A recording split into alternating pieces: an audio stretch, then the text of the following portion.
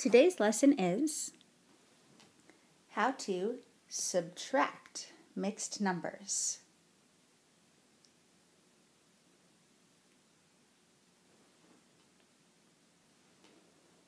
Now let's start by remembering. You don't have to write this down, but let's just remember.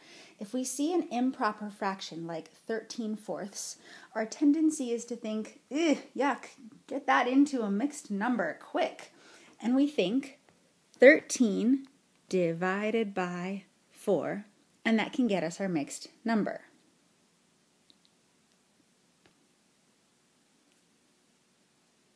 So we think, how many groups of 4 can we pull out of 13? In other words, what times 4 gets me really close to 13 without going over? Well, I know 1 times 4 is 4, but I can go more than that. 2 times 4 is 8. That's getting closer. 3 times 4 is 12.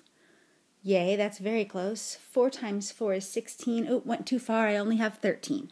So the most I could take out is 3 groups of 4. 3 groups of 4 means that I'm taking out 12 with a remainder of 1.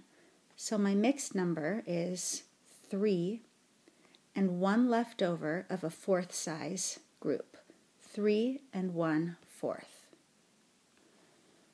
But remember, I've always said, sometimes you will want improper fractions. Sometimes you're not going to want to change it over to a mixed number because it's actually going to make more sense to use it as an improper fraction. Sometimes you're even going to want a mixed number to change into an improper fraction so that you can use it and come to your answer more efficiently. Let's check out and see how that works. Okay, write this down. 2 3/4 minus 1 1/4. Now make sure that you're leaving yourself plenty of room to write. Your whole numbers should take up 2 lines on your notebook paper, so that way your numerator has its own line and your denominator has its own line. So this problem should take up 4 lines in your notebook paper. Okay, so again, 2 3/4 minus 1 1/4. Now in this case, if we just stop and we look at the numbers, we see we don't need to change denominators. We can keep the numbers as mixed numbers just fine because we have what we need to subtract. Remember, when we're subtracting even with regular numbers, just whole numbers, we go from the least valuable place to the most valuable place to make sure that we have enough and we're not going into negative land in certain place values. So we're going to start here with our fractional parts and we're going to make sure that we have enough to subtract. Remember, we subtract the greater number minus the lesser number, or the first number minus the second number. We can't flip around the order. That's the commutative property. It doesn't work for subtraction. We have to subtract in order. So 3/4 minus 1/4 leaves us with 2/4, which we know right away, or we should know right away, can be simplified into 1/2. That's not our answer though. Don't forget about the whole numbers. They are the most valuable part after all. So over here we have 2 minus 1 is 1. So our final answer is 1 1/2. Let's label this problem number 1 so that we can keep track of it all too. Okay, well that one wasn't so bad. That seemed just like adding mixed numbers. Well, of course I'm going to start you off with a really straightforward one and then get a little bit harder from there. So that's what the next one is. It's coming. Okay, let's label this one number 2. Again, take care as you set up these problems. Your whole numbers should take up 2 lines, and your fraction parts should each take up 1 line. Here's number 2. 2 5/8 minus 1 7/8. And we know we're not going to go into negative land for our answer because our first number really is greater than our second number. You'll notice that our fraction denominators are the same, so we don't have to make new denominators in equivalent fractions. Phew, that'll save us some time. However, the problem comes with our numerators. 5/8 take away 7/8. what? I don't have enough eighths up here to be able to take away 7/8, and I can't say that the answer is 2/8. Oh, no, no, no, no. It's not 7/8 minus 5/8. We read this from top to bottom.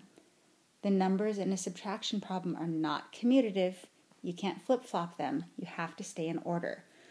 How am I supposed to take 7/8 away when I only have 5/8 to start with?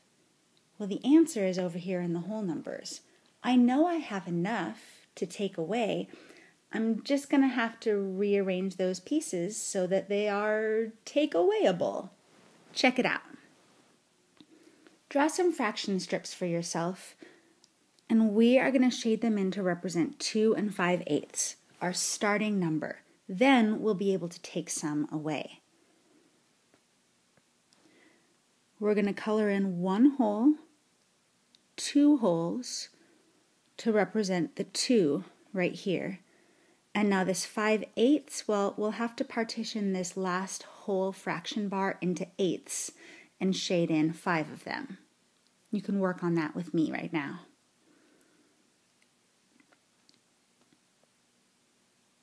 There's half. There's quarters. Half of quarters will give me eighths, or at least it should. Let's count them up. 1, 2, 3, 4, 5, 6, 7, 8. Yes. And I need to shade in how many of them? 5 of them.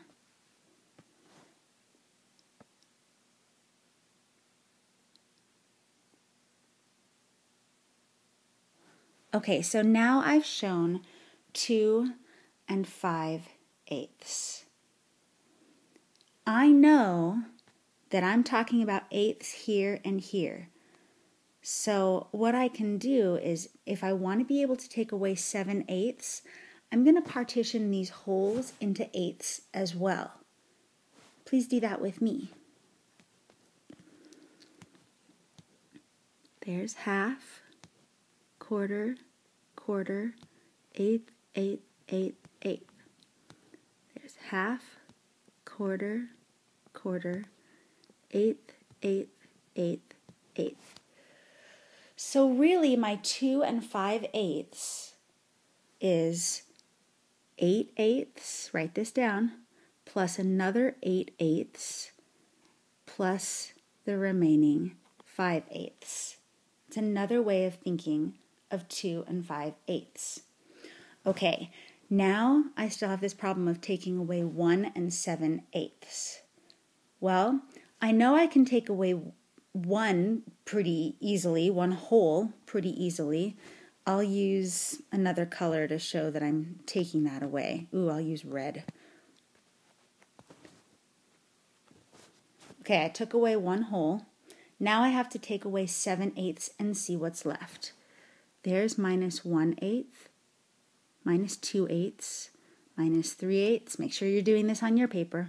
Minus 4/8, minus 5/8, minus 6/8, minus 7/8. And here is what's left. That is what our answer is to our subtraction problem. What's left over. So what's left from the drawing? 1, 2, 3, 4, 5, 6. And what size pieces are they? They're eighth size pieces because there were 1, 2, 3, 4, 5, 6, 7, 8 pieces in 1 whole. So the answer then is 6/8. Well, that's awesome. It's great to be able to picture it and to draw it out. That's definitely a good strategy. But you might be thinking, well, is there a way to do this without drawing it out? And that's what I hinted at the beginning. Yes, there is. And the way that I like the best is by using those improper fractions. Let's see how we can solve this same problem using improper fractions. Start by rewriting the problem underneath where we just drew it out, so we have a fresh work area for this same problem. This is still problem number 2. It's showing another way. Like I said, of course you can do drawings and you can do pictures to visualize it, but I want to get you to the point where maybe you don't need that anymore. All right, here we go with improper fractions. Dun, dun, dun. So 2 and 5/8 right here. Maybe it's time to start thinking about it as just an improper fraction. Well, I have two whole groups of 8/8. 2 times 8 is 16. 16 plus the remaining 5, and look at your picture, there it is 21, and we still have 8th size pieces. Two whole groups of 8ths make 16, plus 5 more left over make 21/8. Great. Now let's do that to the bottom fraction too. We have here one group of 8, so 1 times 8 is 8. 8 plus the remaining 7 is 15. And now our size of pieces stays the same, so it's still 8ths. Aha! I now have 21/8 minus 15/8.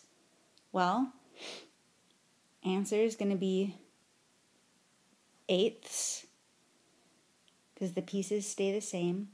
21 minus 15 is 6. Hey, that's the same answer we got before, 6/8. Now, of course, we're always going to want you to simplify your final answer. And 6/8 is not in simplified or reduced form. So you need to think, what is 6/8 the same as?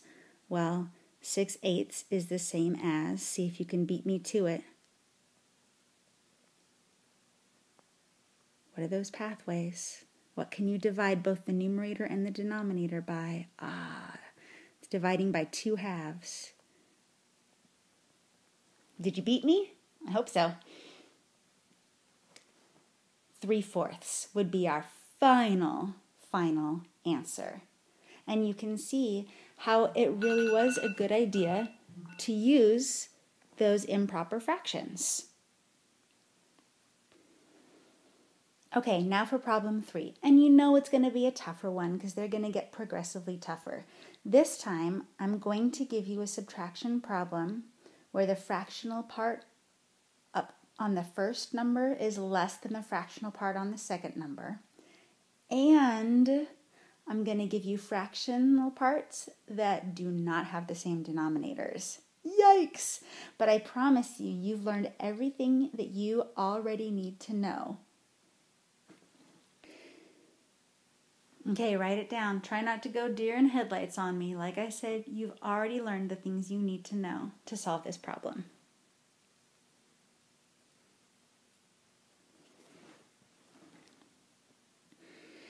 Okay, when it looks like we've got fractions with different denominators and it's a subtraction problem with mixed numbers, I'm going to say a really good thing to do is make it into improper fractions. First thing. So here we go. This means 4 groups of thirds. So that's times. 4 times 3 is 12. Plus the 1 more is 13 thirds. Okay? Now we need to do the same to the fraction on the bottom. 2 groups of fourths. 8/4 plus the remaining 3. 8 plus 3 is 11/4. And this is still a subtraction problem.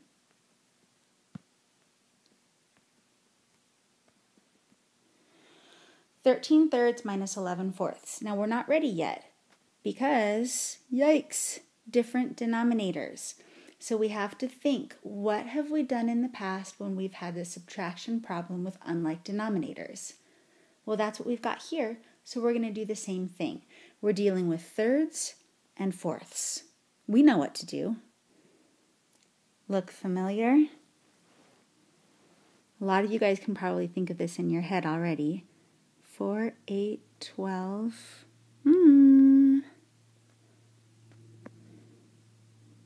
3, 6, 9, 12. Ding, ding, ding, ding, ding, ding, ding.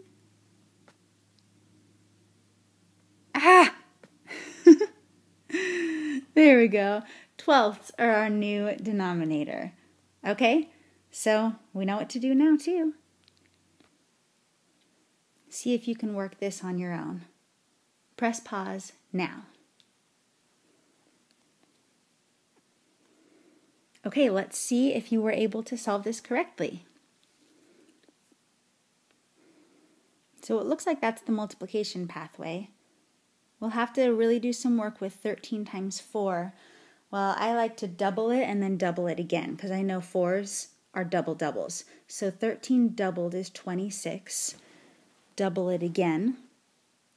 Well, double 25 is 50, and then I have 2 extras, so 52.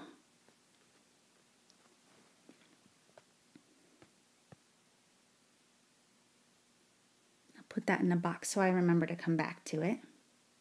And now for 11/4 into 12ths. Did you get times 3 pathways?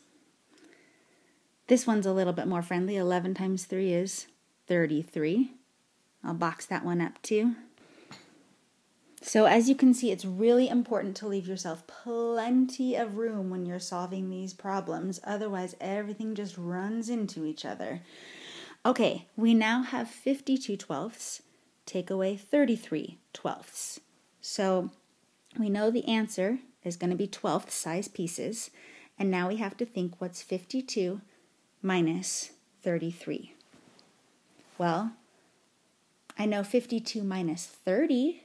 I can do that kind of picturing it on the hundreds chart. 52, 42, 32, 22. That's minus 30.